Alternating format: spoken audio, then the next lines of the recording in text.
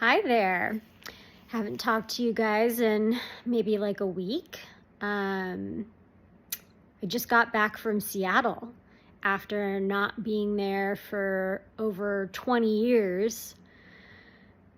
It's like a brand new place. Sure, at 15 you have plenty of cognitive memory, but I don't remember what we did when we were there. I went to Seattle and Portland both as a kid in my teens. I think I was in high school.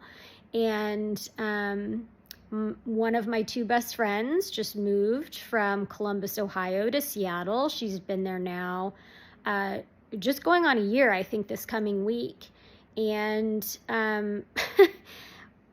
we figured out that we hadn't seen each other in person since before the pandemic started, which I don't know what that says, because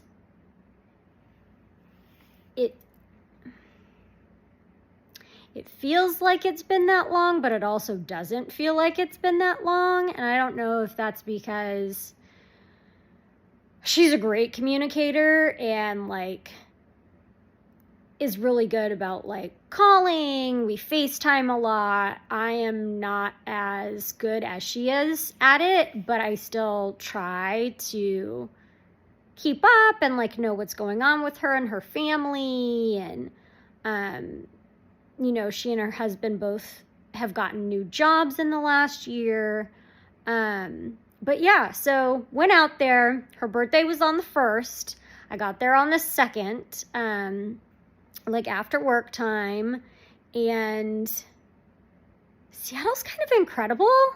I mean, she loved it, has loved it. She and her husband have loved it for years. But I didn't really remember much about it. Definitely was not there long enough. But, got to see downtown from afar. They live in a community outside of Seattle called Ballard, which seems like really really cute and community driven.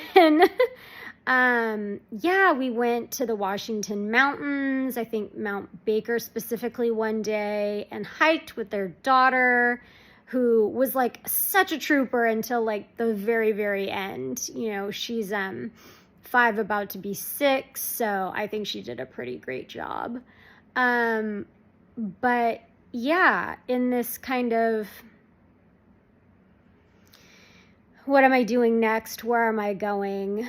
Everywhere I like is really expensive, probably because everywhere that I like is on a coast, and that's just the nature of how things go on the coasts. I'm excited to visit again. I was terrified to come back to Austin today because the high was 75.